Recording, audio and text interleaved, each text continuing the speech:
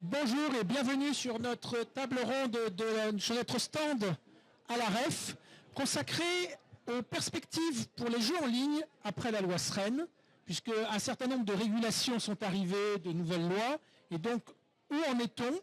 Donc pour nous parler de cela, nous recevons donc Paul Midi, député EPR de l'Essonne et surtout ancien rapporteur général de la loi Sren, donc qui a suivi tous ces aspects. Et nous recevons également Emmanuelle Malcaz-Doublet, qui est directrice générale du PMU et vice-présidente de l'AFGEL, l'association représentative du secteur des jeux en ligne. Donc, ma première question pour vous, Paul Midi, quel bilan tirez-vous de la loi Sren sur cet aspect des jeux en ligne, puisqu'il y avait effectivement un sujet relatif aux jeux NUM, assez restreint par rapport à l'ampleur des enjeux, mais qui a quand même suscité beaucoup de débats, montrant qu'il y a quand même peut-être un sujet jeu en ligne. Oui, d'abord merci infiniment pour l'invitation. Je suis ravi d'être avec vous cet après-midi. C'était pas une mince affaire, mais cette loi, on l'a fait voter. Il y a eu un recours au Conseil constitutionnel, elle a passé ce recours, et donc maintenant elle s'applique progressivement avec des décrets qui sont encore en train d'être pris. Sur les jeux NUM, on avait un sujet parce qu'on avait ces jeux qu'on appelle maintenant jeux et objets numériques monétisables, qui étaient une nouvelle catégorie d'activités, n'étaient ni des jeux d'argent et de hasard, ni des jeux vidéo. Une troisième catégorie. Et donc, il fallait qu'on crée un nouveau cadre pour ces jeux NUM. C'est ce qu'on a fait. Je pense qu'on a réussi à avoir un cadre qui est cohérent, à la fois parce qu'on les définit d'une façon relativement claire et qui correspond aux activités qui existent en réalité. Je pense notamment au sujet des gains en crypto, qui était un gros sujet de débat, mais qu'on a mis dans la loi parce qu'il fallait bien coller à la réalité. Ceux qui font ces jeux NUM, c'est Sorare bien sûr d'un côté, mais c'est aussi Stables avec le PMU, on va en parler. Donc on a bien défini et on a donné un cadre réglementaire parce fallait protéger nos concitoyens, à la fois interdire ce type de jeu aux mineurs, avoir toutes les protections qu'il fallait contre les addictions, lutter contre le blanchiment d'argent. Et donc voilà, on a, je pense, trouvé un bon équilibre. Ça a suscité beaucoup de débats, mais voilà, la loi a été votée, elle a été validée par les instances qui ont suivi. Voilà. Et donc, beaucoup de sujets se sont également invités à l'occasion de cet article sur les jeux NUM. Est-ce que certains sujets auraient pu prospérer? Est-ce que vous auriez aimé aller plus loin sur certains enjeux? Alors, je ne sais pas si tu parles des casinos en ligne ou alors, je dirais, il y a deux catégories de sujets. Il y avait comment on traite bien les jeux NUM. Je pense qu'on a trouvé le bon équilibre, mais c'est vrai que ça a donné, entre guillemets, par rapport à la taille du sujet dans l'entièreté du projet de loi, donné à beaucoup de débats, beaucoup de discussions.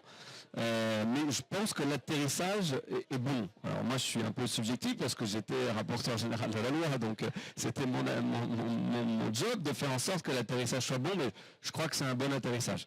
Il y a eu d'autres sujets que certains ont voulu mettre, mais qu'en fait on avait choisi d'exclure dès le départ.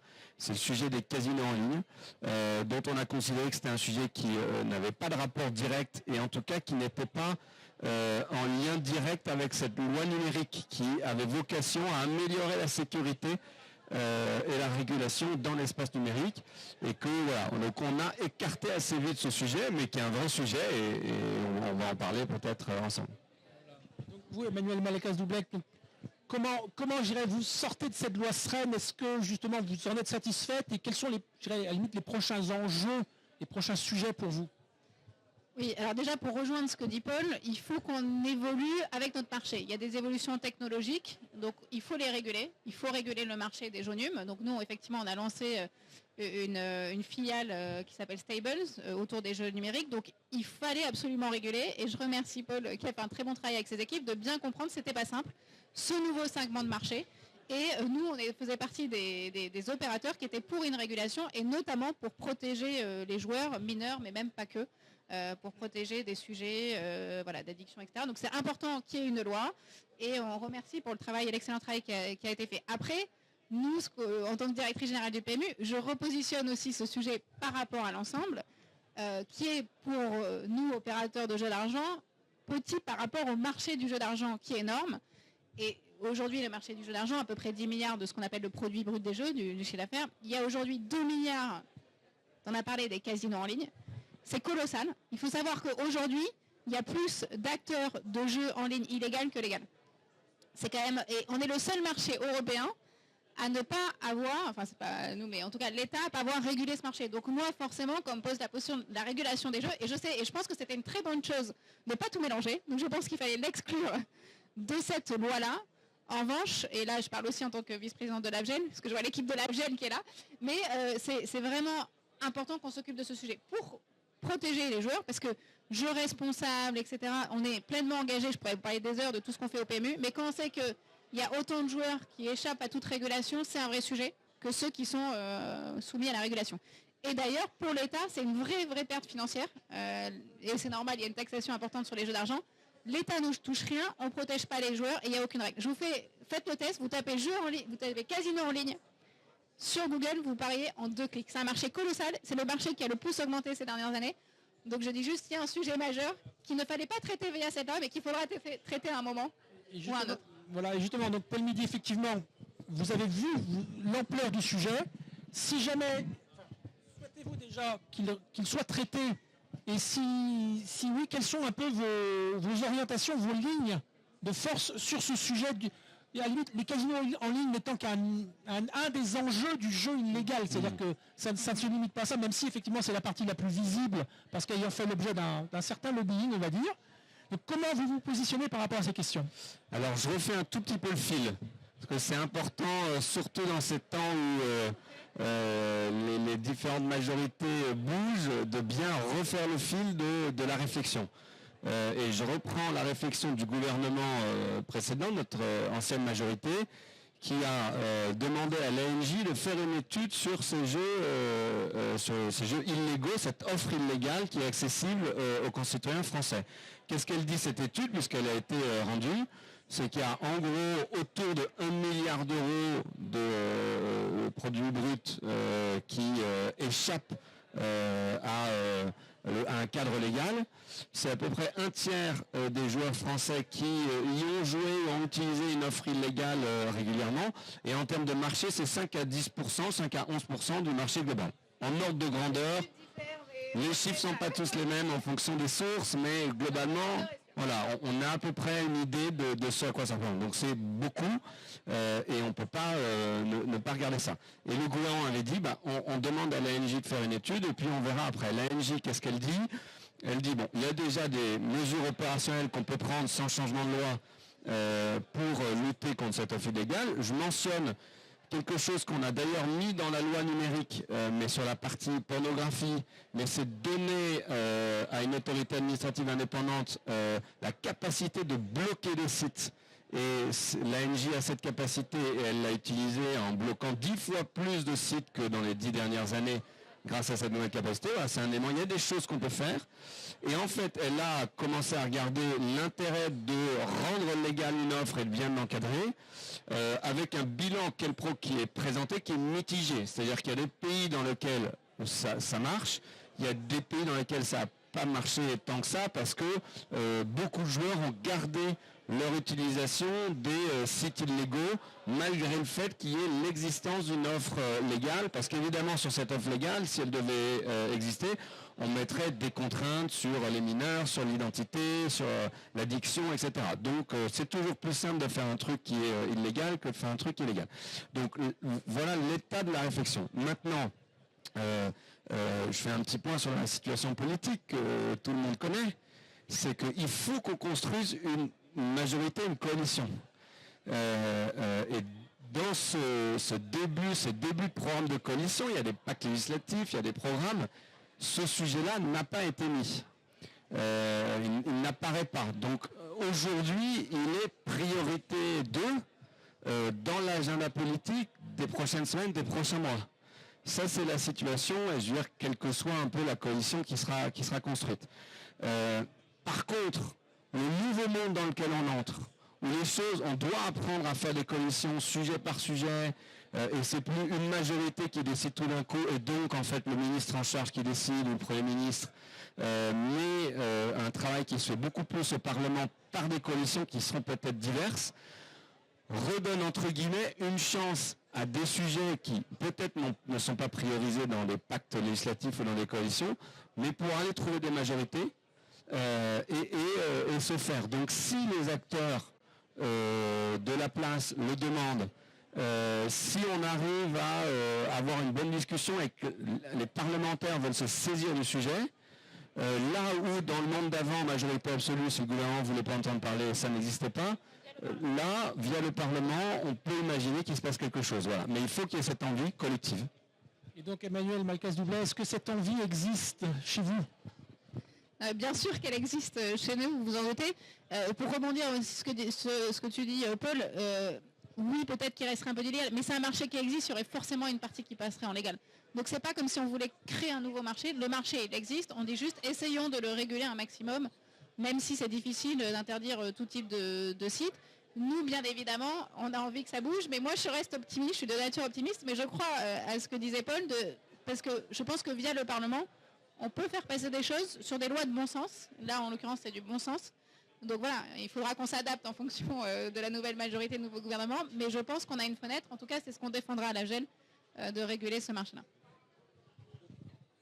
Au niveau numérique, il y a des nouvelles technologies qui surgissent régulièrement, et notamment depuis quelque temps, on parle beaucoup de l'intelligence artificielle, qui a un impact aussi sur les jeux, je dirais en ligne, mais aussi physique. Et justement, une petite question pour Emmanuel Malcas-Doublet, comment est-ce que vous, au PMU, vous vous adaptez à cet usage de l'intelligence artificielle, à la fois par vous et puis par les joueurs ? Alors, il y a beaucoup de choses dans les sujets d'IA. Il y a un premier sujet, c'est que l'IA, moi je vois aussi comme une opportunité, notamment par exemple sur tout ce qui est jeu excessif, etc. Nous, on met déjà en place des modèles de big data pour anticiper des comportements d'addiction. Aujourd'hui, on les catégorise. Rouge, jaune, orange, quand vous êtes rouge, vous ne recevez pas de pub, etc. Je pense qu'on pourra le renforcer avec l'IA. Donc je pense que déjà, ça va être bénéfique pour un certain nombre de mesures, notamment protection des joueurs. Ensuite, il y a plein de mesures dans l'entreprise, mais comme toutes les entreprises, de performance. Donc, service client, optimiser les tournées. Donc, nous, on a des cas d'usage métier partout dans l'entreprise pour faire évoluer et améliorer notre performance. Après, il y a encore un autre sujet qui est le plus important sur le secteur du jeu d'argent, c'est de se dire, est-ce qu'avec l'IA, ils vont trouver les bonnes combinaisons ? Parce que là, ça peut tuer le marché. Donc ça, c'est un vrai sujet qui est de se dire, en fait, comment va être le marché des jeux d'argent, notamment sur la cote fixe. Alors, nous, on est du mutuel, mais on a aussi la cote fixe sur le sport, avec des joueurs qui trouveraient beaucoup plus la bonne combinaison. Donc ça, c'est une vraie question qu'on se pose. On a des modèles, nous, pour anticiper. Je vais vous prendre un exemple qui est un peu équivalent. C'est que, c'est pas l'IA, mais à l'étranger, on a ce qu'on appelle les grands paris internationaux. C'est des grosses machines informatiques qui, justement, font des promos et gagnent plus que la moyenne. Là, on a vu une dérive, donc on les a interdits sur Saint-Paris, on a mis des plafonds, etc. Donc je pense que, comme pour ce qu'on a fait pour les entreprises qui font ça à l'étranger, qui utilisent plus ou moins l'IA, il faudra qu'on régule, ce sera le boulot de Paul, mais il faudra réguler le marché, il faudra encore une fois s'adapter, comme on a su le faire avec ces entreprises qui utilisent déjà des modèles informatiques à l'étranger. Et après, ça va dépendre, pour répondre à ta question, des segments du marché des jeux d'argent. Parce qu'en fait, plus il y a de hasard, plus on est protégé par de l'IA. Donc par exemple, tout ce qui est loterie, grattage est plus protégé que du pari sportif. Sur les courses de chevaux, on a pas mal d'ADA, sans rentrer dans les détails techniques, la météo, etc., le terrain, la pelouse et tout ça. Donc on est plus protégé que d'autres secteurs de jeu d'argent. Mais bien évidemment, il faudra être vigilant pour pas que ça biaise économiquement les résultats, les chiffres d'affaires et les résultats aussi de notre propre entreprise et réguler si besoin. Donc justement, là, en plus de ces évolutions technologiques, on a aussi un grand événement capitalistique qui est en cours, c'est l'OPA de la Française des Jeux sur Kindred, qui va quand même modifier le paysage global des jeux en ligne. Et c'est vrai qu'au bout d'un moment, la dernière grande loi était en 2010 sur les jeux en ligne. Est-ce que le moment ne serait pas venu pour le législateur de se pencher globalement sur l'équilibre global du secteur, sur la régulation, sur le champ de la régulation, les pouvoirs du régulateur, l'ampleur également des dispositions? Est-ce que vous seriez prêt à vous lancer sur ce chantier, Paul Midi? Oui, je sentais qu'il y avait une envie très forte sur ce sujet-là. Il faut regarder, je vais être très honnête, comme d'habitude. Dans les prochains mois, on a d'autres sujets. Je pense qu'ils sont prioritaires. Il faut construire une coalition, il faut faire atterrir un budget, il faut faire marcher ce nouvel ensemble. Donc ce n'est pas des objets qu'on va regarder dans les 6 prochains mois. Il faut être très clair. Par contre, j'espère et je pense, moi, que notre coalition, cette coalition qui va se construire, elle va fonctionner, on va tout faire pour, et qu'elle va permettre de continuer à transformer le pays dans les 2-3 prochaines années. Et donc, à ce moment-là, ces sujets peuvent revenir. Donc, effectivement, la modification du paysage avec des acteurs qui se regroupent, des innovations technologiques, des envies des acteurs, si toute la place veut qu'on mette à jour les réglementations et qu'on aille un cran plus loin, sont des bonnes occasions de le faire. Maintenant, il faut, parce que c'est ça aussi le travail parlementaire, prendre son bâton de berger et aller voir un peu tous les groupes et essayer de comprendre qui a envie de passer du temps sur ce sujet. Et donc là, tout ce que vous dites, ce sont des bons arguments pour y passer du temps. Mais c'est comme dans une entreprise, et c'est ce que tu fais toute la journée, c'est toujours un sujet de priorisation. Tu as 10 000 idées à la minute, tes collaborateurs aussi. Maintenant, le sujet, c'est dans quel ordre on les fait. Et bien, ce sujet, il est pareil. Donc, je ferai une réponse, pardon, d'afro-macroniste. Je dis, c'est un sujet, il faut qu'on le traite. On ne peut pas se satisfaire de la situation que décrivait Emmanuel avec toute une partie d'activités illégales et des joueurs qui ne sont pas protégés parmi nos concitoyens français. On ne peut pas s'en satisfaire. Donc il va falloir qu'on bouge. Maintenant, il faut trouver le bon niveau de priorité, à quel moment on y arrive. Donc c'est pas dans 10 ans, mais ça ne sera pas dans les 6 prochains mois, ça c'est sûr. Voilà. Et donc Emmanuel Macazoubet, si jamais les parlementaires trouvent le temps et la priorisation, est-ce que vous auriez justement des envies et des besoins à exprimer concernant cette évolution du champ, du paysage, de la régulation? Il y a beaucoup d'éléments, mais pour faire référence à ce que vous dites de le rachat forcément de Kindred par la FDJ, nous on est vigilants, c'est d'ailleurs dans la loi, le code de sécurité, de l'équilibre des filières. On invite souvent l'autorité à regarder, avoir une dimension, si je peux me permettre, plus économique et business, et pas seulement de régulation.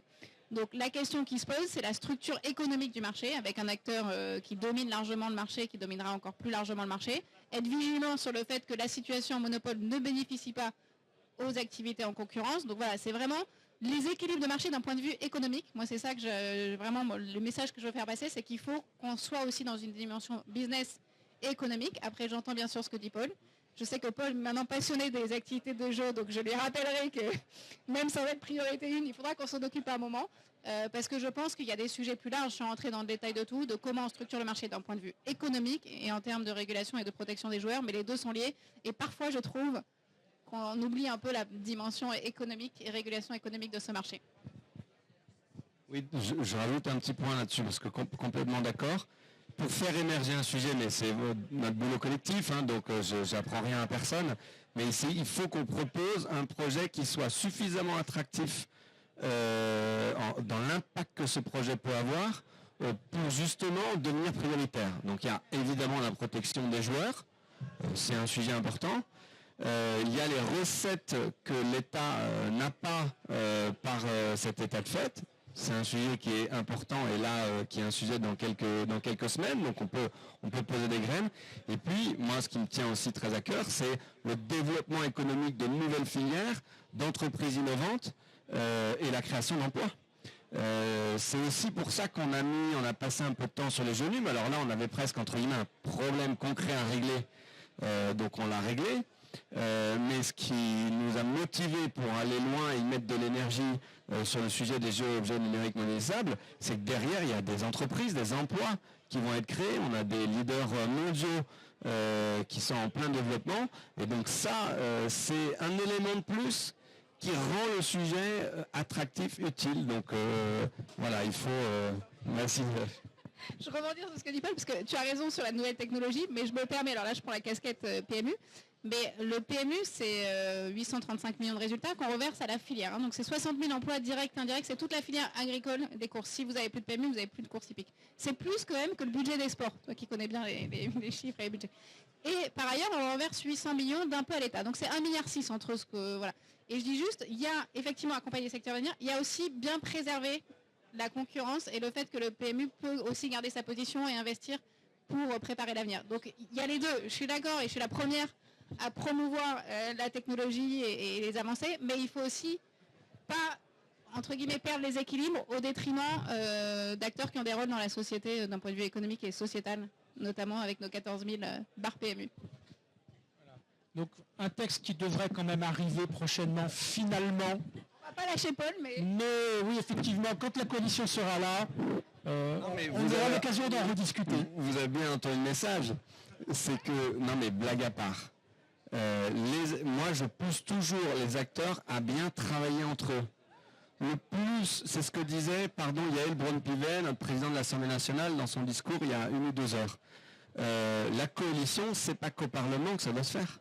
Ça doit se faire partout. Et donc il faut qu'on travaille un peu plus ensemble et que si tout le monde dans le secteur, moi le rêve d'un parlementaire, si le secteur se met d'accord sur une super copie qui prend en compte toutes les contraintes politiques et les aspirations de nos concitoyens et vient nous la montrer. Et donc, chiche. Eh ben, merci beaucoup pour ces échanges et j'espère que nous aurons l'occasion de continuer dans les mois à venir à en parler de façon plus progressive. Merci. Merci.